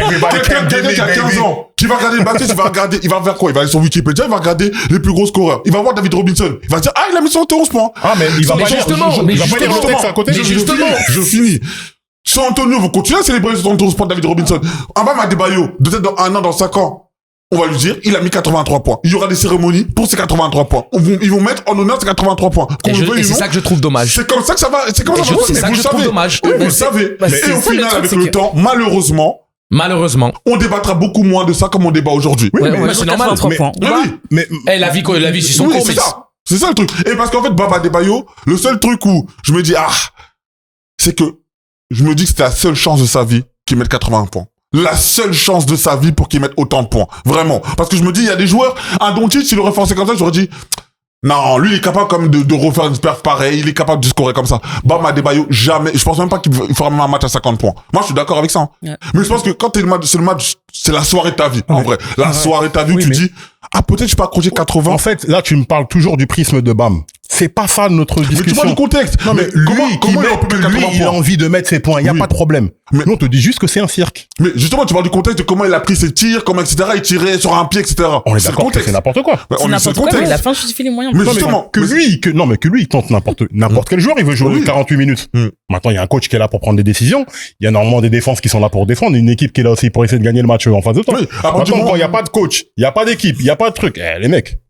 En fait, il était à la gym, il a mis ses points. C'est ça. Il a mis ses points tout seul. Et par contre, une chose que j'ai vue sur les réseaux, je sais pas, vous prenez Kobe Bryant pour qui? Mais j'ai vu beaucoup de choses sur les réseaux en disant, maintenant qu'il y a plus les 80 points de Kobe, maintenant il lui reste plus rien dans sa carrière, on le surcote depuis sa mort. Mais après, les gens, juste une chose. Il y a des Golemons. Non, mais regarde, mais il y en a beaucoup. Il y en a beaucoup. Et on va finir sur ça. Oui. Voilà la raison du pourquoi les 83 points d'Adebayo sont regrettables. Parce que ça ouvre les portes à toutes les conneries indescriptibles de cette planète et surtout sur les réseaux sociaux. Parce que maintenant que vous avez eu votre Bam Adebayo qui met des 83 points, et peu importe le contexte, maintenant on va aller chier sur la carrière d'un Bryant ou de comment Bryant a fait ses performances. Non, mais j'ai vu des choses. Franchement, j'ai la vérité. Tu dis, il y a des fous. Mais franchement, il y a des fous, mais je pensais pas autant. C'est pour ça que moi, je suis obligé de parler aujourd'hui. Mais il y en a plus que tu penses. Oui, mais justement, c'est pour ça que je suis obligé de parler en disant que même la nouvelle génération, on ne respecte pas Kobe Bryant. On dit que, en fait, Kobe, c'était juste ses 81 points. Moi, je- mais le problème, franchement, c'est les qu'à gars, un moment donné, tu dis on franchement, respecte pas Kobe Bryant, mais regardez ce que vous respectez. Parce que si tout le monde est en train de se palucher sur les 83 points de bas, mais comment il les a eu, la fin justifie les moyens, paluchez-vous bien longtemps alors les Non, amis. mais en fait, le truc, c'est surtout que, mais le truc, clairement. un truc qui est très important aussi, faisons attention. Kobe, il a rien à voir là-dedans. Mais moi, je dis pas Kobe. Ne le qui ramenons repose même en pas paix, là-dedans. vraiment. Oui, mais tu vois, les gens bêtes et méchants qui vont juste regarder les chiffres sur Wikipédia, comme tu dis. Bah voilà, le problème, Oui. c'est que maintenant, t'as Après- les chiffres de Wikipédia qui après- sont mis à jour avec 83 points de Bam Adebayo. Encore C'est ça une le fois. problème. Encore une fois, il y a, par exemple, dans certains pays, du Sud, Amérique du Sud ou Afrique ou je sais pas quoi, où il y a des élections où le président gagne à 99,9%. Donc, nous, si on est bête et méchant et qu'on se dit, ah ben il a gagné 99%, ben c'est bon, il était plébiscité, c'est un bon président, etc., etc. Alors qu'on sait que c'est des dictateurs, etc. Non, mais ça, je sais. Donc il y Non, aura toujours un imbécile qui va regarder le truc, il va se dire Moi, je suis d'accord 99%. avec ça. Donc Je c'est pense pour que ça c'est qu'il faut toujours qu'il y ait des voix. L'histoire est pavée de fausses histoires, de faux. Oui, il y a toujours des voix qui sont là pour dire, les gars, venons on se calme, venons on regarde ceci, venons on regarde cela. Et contre qui, dans quel contexte, c'est très important. Tous les 50 points ne se valent pas. Je suis d'accord. Tous les tous les points se valent pas comme tu tous le dis les points depuis ne se plusieurs valent mois. pas. Contre qui tu le fais, avec qui, comment, etc. Là, les stats, elles sont ridicules. 22 tirs à 3 points, les gars. 43 lancers francs, frère. 22 tirs à 3 points. Vas-y, Ali. Vas-y, Ali. Vous voulez qu'on continue l'émission ou... Voilà, Non, bah, venons, let's move, parce que là, bon, on traverse l'Atlantique, hein, parce qu'il n'y a pas qu'en NBA où il y a l'actualité basket qui est explosif. On a Monaco, la Roca Team, hein. C'est Tu veux faire KO ton depuis... Monaco? Non, Ouais. Monaco, faut C'est sortir de genre l'eau, là. Monaco, Faut on sort de l'eau, sortir de je te l'eau, là, plutôt. Comment on va faire pour les aider? Bref, c'est le bazar, hein, depuis 10 jours, hein. Ouais. On a la démission de, désolé si j'écorche le nom, mais Spanoulis. Tout à fait. Mmh. Vassilis Spanoulis. Tout pour Bref. plaire la Grèce, hein. Tout pour plaire à Angelo, ça. T'es plein pour aller à Santorin, tout ça, Ouais. ça. Bref, on va chanter là. Je vais à Moscou, je vais pas à Mykonos. Non, je plaisante. La direction a accepté sa démission. Il était pourtant arrivé en novembre 2024. Hein. Ouais. Contexte, pourquoi il a fait ça? Parce que, comme on a dit, hein, aider Monaco à sortir de l'eau, c'est chaud. On a des retards de salaire, l'accrochage entre Mike James et Eli Okobo. Ouais, mais ça, c'est pas ça le. Ça, c'est Bah, il y a c'est sport, ça. beaucoup de Mais tu veux départs dire que aussi. c'est le contexte qu'il y a eu ces dernières Il y a semaines. ouais. beaucoup de choses qui se passent en ce moment. Et d'ailleurs, l'air de rien, il y a Monaco qui vient de perdre. Depuis un moment, ils avaient au moins la série d'invincibilité à un moment, depuis un moment, enfin, la série de victoires en Belgique. Ouais. Ils Contre viennent- Nancy. Ils viennent de perdre contre Nancy, donc, mais, Dédicace à. Enfin, pensez battu- pour Sylvain Lautier. mais L'Olympiakos. ils ont, coach. ils viennent de gagner en Euroleague. Euroleague. Un gros match. Mm. Donc, en Très fait, gros match. Monaco, c'est ça que des fois, je trouve ça fou. C'est que autant des fois, ça les perd en Euroleague, mais ils vont gagner en championnat. Autant ils perdent en championnat et là, ils vont gagner en Euroleague. Moi, j'espère juste une chose. Hein. Le gars qui fait le film de la saison, là, tu vois, qui les suit au quotidien, qui les filme, là, j'espère qu'il a de la batterie dans sa caméra. Hmm. Et j'espère qu'il a des bons micros, parce que, waouh! La saison, c'est un film, hein. Parce que tu bats C'est l'Olympiakos. Non, mais il y a tout dans leur saison. Il y a Ouais, tout. de ouf. C'était qui? C'était à Olympiakos? C'était où le match? C'était à Monaco. C'est à Monaco. Mais même, tu gagnes l'Olympiakos. En jeu, moi, je te pose vraiment la question. Vas-y. Avec tout ce qui se passe là, comment tu vois Monaco finir la saison? C'est ça qui est compliqué. Ce qui peut Est-ce que- encore parce que là, finir dans le top regarde, 10, on dirait parce 50, que- walk straight to the bank. Mais regarde, tu remets le contexte. Tu remets le contexte. Monaco est 8e de l'Euroleague. Oui. Donc, on sait qu'ils vont passer enfin, normalement, ils sont censés être en play-in. Et encore, il y a qu'une défaite d'écart, il y a qu'une victoire d'écart avec le 5e. Ouais. Normalement, ils vont facilement en play-off en Belgique. C'est pas même pas ça la question. Non, Betclic, c'est même pas une histoire de C'est même pas la playoff. question. Ils Maintenant, la question, c'est, sont premiers et tout. Tu perds Spanoulis. Alors, Il y a écoute. plus de vrais Pourquoi il coachs. part déjà? Bah écoute, je pense qu'il part parce que les impayés salariaux. Alors j'essaie de me laissez-moi juste mettre mon petit classement Euroleague. Là, je vous l'avais envoyé, mais Ouais, donc moi, j'ai le classement devant les autres. ouais, mais je Monaco, vais l'avoir devant les yeux juste pour pas bugger parce que je l'ai perdu tout à l'heure. Je l'avais allumé et j'ai perdu ma fenêtre, donc c'est pas grave. Voilà, parce qu'en plus là, voilà, c'est parfait. Merci. Donc comment Monaco va terminer cette saison? Déjà, ce qu'il faut expliquer, c'est qu'il y a un contexte très particulier et qui est absolument inédit. C'est qu'il y a les 2 assistants qui ont repris l'équipe en main. Et il y a un assistant qui s'occupe de manière tel un head coach de la Betclic Elite et de la Coupe de France. Donc tout ce qui concerne la France, ce sera Gladir. Et l'autre assistant prend l'Euroleague. Donc tu as 2 head coachs, donc des associés head coach, pour remplacer Vassilis Spanoulis. Donc ça déjà c'est totalement inédit parce que y a pas d'équipe qui fonctionne avec deux coachs principaux. T'as un coach principal avec des assistants qui peuvent avoir beaucoup d'importance, hein, qui peuvent être prépondérants dans le succès de l'équipe et communiquer, tu vois, aux joueurs presque autant que le head coach ou prendre en charge les entraînements presque autant que le coach principal. Mais là, d'avoir 2 coachs principaux avec un qui est vraiment le coach des matchs de Betclic Elite et de Coupe de France, parce qu'on sait que Monaco est qualifié en finale de la Coupe de France et qu'il y aura un rematch face au Mans. Et donc il y a le championnat et donc le titre à aller chercher potentiellement. Sachant qu'ils ont déjà chopé la Leaders Cup avec Spanoulis il y a quelques semaines. Tel qu'on l'avait annoncé. Après, dans le foot, c'est déjà arrivé, ça. On a l'OM 93, ils ont Raymond Goethals et Bernard Tapie. Le coach. Mais Tapie, techniquement, c'est pas un coach. mais donc, ce qui se passe par rapport à la fin de saison. Non, mais pourquoi Spanoulis il part déjà? Parce que moi, pour moi, Spanoulis il part le mec qui part, qu'est-ce qui se passe? De manière très simple. Je pense qu'il y a beaucoup trop d'impayés. Je pense qu'à un moment donné, il y a trop d'arriérés de salaire et ça fait plusieurs mois que ça dure. Et que dans ces conditions-là, il se sent pas à même de pouvoir mener à bien son projet sportif. C'est-à-dire que on travaille pas gratuitement. Spanoulis, c'est pas dans son identité de travailler avec un emploi du temps aussi chargé où il est sur 4 tableaux parce qu'il y a la Leaders Cup, le championnat, la Coupe de France et l'Euroleague. Tu vois à peine ta famille, t'as un calendrier de folie et peu importe si on va pas dire que ce sont des gens pauvres, hein, on est tout à fait d'accord, mais à un moment donné, ça fait 2, 3, 4 mois que tu travailles, t'es pas payé. Ouais. Donc Spanoulis lui dit. Quand chez lui, sa femme a doit lui. Non, mais c'est surtout. Je peux pas rentrer les lovés. C'est le coach de l'équipe nationale grecque qui vient de ramener la première médaille depuis 20 ans à la Grèce. C'est un mec qui a emmené le club pour sa première finale d'Euroleague la saison passée. À un moment donné, c'est respectez-moi. Je peux comprendre. Non, je suis respectez-moi. Ouais, et puis les candidats à signer Spanoulis sont très nombreux. Sachez qu'en coulisses, maintenant, ça va se taper pour aller signer Spanoulis. Donc, lui, il a envie aussi de sérénité. Je pense que ce qui est connaissant le bonhomme, c'est un mec très méthodique. C'est un mec d'une discipline absolue. C'est un mec qui est aussi beaucoup dans le rituel. Et tout est perturbé. Tu vois l'altercation Okobo Mike James. Pour moi, c'est pas une altercation qui aurait lieu si le contexte financier du club et les salaires et autres, avec la pression qui est sur les joueurs, avec aussi les blessures. T'as un effectif où t'as des joueurs qui sont partis, t'as des joueurs qui sont indisponibles, t'as désormais Mike James qui est absent pour 3 semaines à cause d'une lésion musculaire à l'ischio. Donc c'est très très compliqué. Je pense qu'il y a une réelle fatigue mentale. Et Spanoulis, il est parti parce que ça l'épuise. Et t'es supposé être dans les meilleures conditions possibles. Et t'es pas payé, les joueurs se plaignent. Et je pense qu'il y a énormément de choses qui sont pas communiquées. Bon, je pense que c'est un cumul en fait. Voilà, c'est un cumul. Et donc lui, il a dit, on arrête. Okay. On arrête. Parce que je pense qu'il y a aussi beaucoup de promesses qui ont été faites et qui n'ont pas été tenues. Ouais. Et pour un mec comme Spanoulis, à un moment donné, et j'ai envie de vous dire, hein, vous comprendrez pas forcément ce que je vais vous dire là, mais il est grec. Et allez. Non, mais je peux vous le dire d'expérience personnelle. Grec derrière. Mais je vais vous expliquer.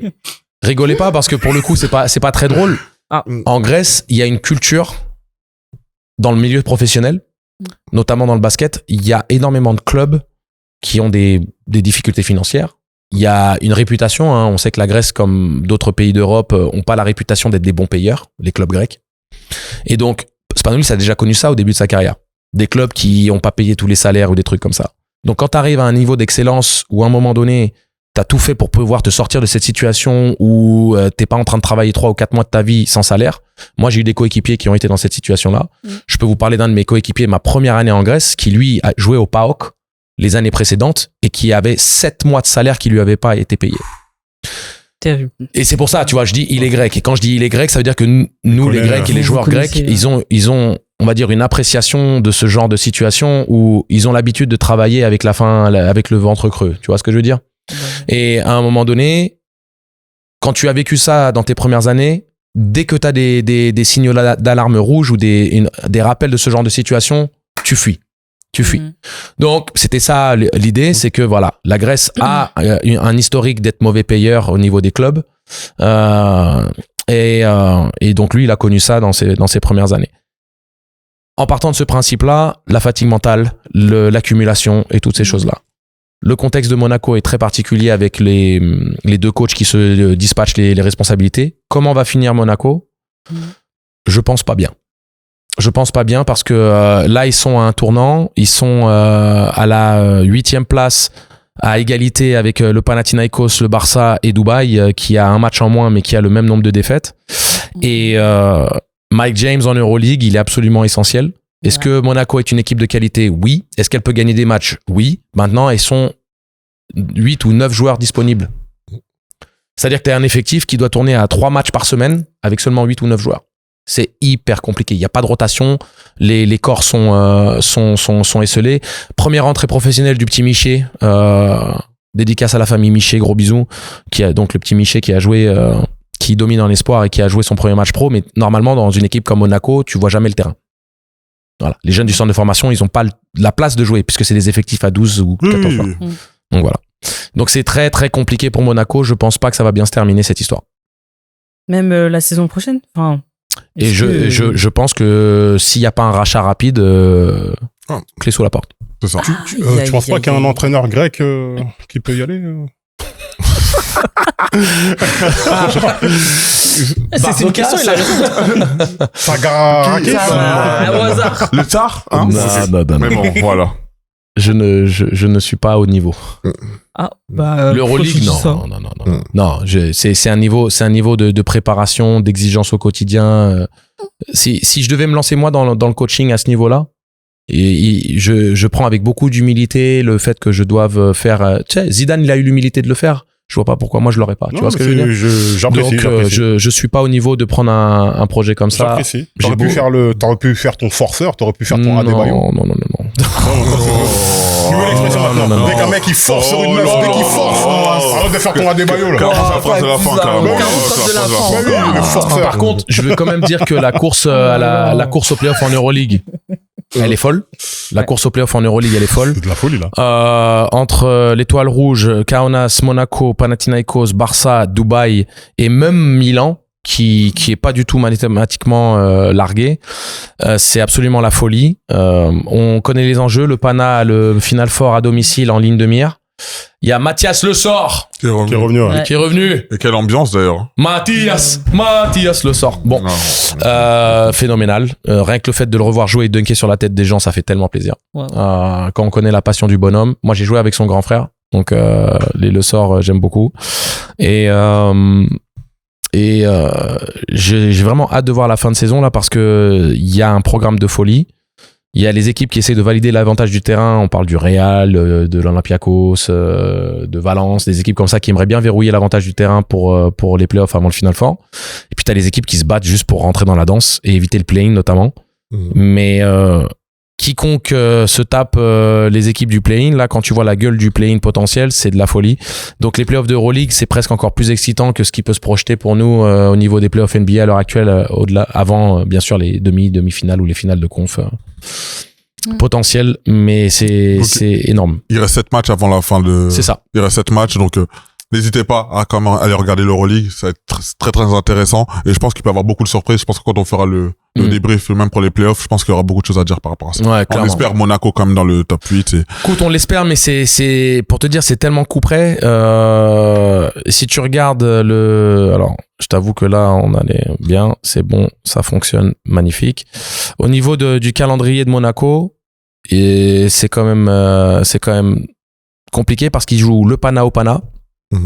Ils jouent Dubaï à Dubaï, donc c'est 2 concurrents directs pour ce top 10. Ils vont sur le parquet de Milan, qui est juste un match en dessous. Ils reçoivent l'Hapoel Tel Aviv, qui est dans le wagon, qui essaie d'avoir l'avantage du terrain, et ils reçoivent le Barça, Donc c'est un calendrier de folie avec que des équipes de play-off ou qui essaient de leur prendre leur place dans le top 10. Il y a que le match de l'Asvel qui est supposé être un match abordable et pourtant quand tu joues les équipes françaises en Euroleague, ça se tape toujours. Et l'Asvel est une équipe qui joue bien au basket et dans le contexte de Monaco, c'est compliqué. Donc je vous dis, je serais absolument épaté de voir une équipe de Monaco se dépatouiller de cette fin de saison avec Mike James en moins, un effectif à moins de 10 pros et les problèmes financiers qui sont le leurs et le contexte des autres équipes qui, elles, montent en puissance et veulent attraper les top 10. En tout cas, on nous souhaite un bon courage à Monaco. Hein. On espère les revoir l'année prochaine aussi en Euro. T'as quelque chose à dire? Non, parce que ça m'inspire une question, même si le temps encore. Oh, désolé. il est éclaté au sol, notre timing, il est éclaté. Il est fucked up, t'as vu, fucked up. Il est fucked up. À qui va profiter la chute de Monaco? Enfin, la chute qu'on peut prédire sans trop prendre de risques. Paris Basket. Tu penses que là, c'est un boulevard pour eux?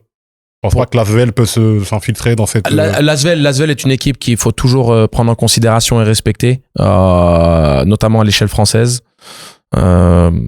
Mais Bourg-en-Bresse, il y a, parce que tu vois, une équipe de Monaco qui peut, tu vas avoir un peu du plomb dans l'aile. En fin de saison, on sait pas. T'as Bourg-en-Bresse qui a cette ambition de passer un cap. Et bien entendu, après l'Asvel, pourquoi pas, hein, sur le championnat de France. Mais je pense que pour Paris Basket, c'est opportun. Ok, bon, bah écoute. Ok. Bah, c'est tout pour ce temps mort. Je pense que tu vas ramener les briques la semaine prochaine également. Parce que je te jure, j'y ai pensé. Je me suis dit, qui va se rappeler. En début d'émission, elle a pas demandé que vous vous abonniez. En fin d'émission, elle a pas encore le réflexe. Mais non, mais allez, les briques. Mais par contre, les briques de qualité supérieure, sachez-le. C'était succulent. On fait la même. On fait la même. La semaine prochaine, 18h, briques. Briques la semaine prochaine, allez. Vous en achetez encore un nouveau? Non, t'es obligé. Mais c'est génial. Même pas, pardon, le tour. Et tu es un homme ici végétarien, donc tu peux faire moitié-moitié. Ouais, voilà. C'est parfait. Et voilà. C'est drôle, mais mon régime alimentaire comme ça. Non, mais comment tu fais pour être encore aussi beau à ton âge? C'est parce que l'alimentation est propre. On fume pas, on boit pas d'excès de tout ça. J'allais dire des bêtises, mais laisse tomber. Laisse-moi sortir de là, parce que là, C'est l'épisode, pardon. C'est l'épisode. Non, laisse tomber. Ouais, du coup, abonnez-vous. Oui. Effectivement, abonnez-vous, c'est très, très, très important. Parce que les gens, quand tu le dis-le avec des yeux énervés, là. Ou fais gagner un DM, ou je sais pas, fais un truc. Non, mais... Maintenant qu'on a lancé qu'elle cuisinait bien en plus. On a fait monter le CV. C'est bien. Abonnez-vous, c'est quelque part ici, gauche, droite, je sais pas, là. Voilà, on va. Et à la semaine prochaine, du coup. Peace.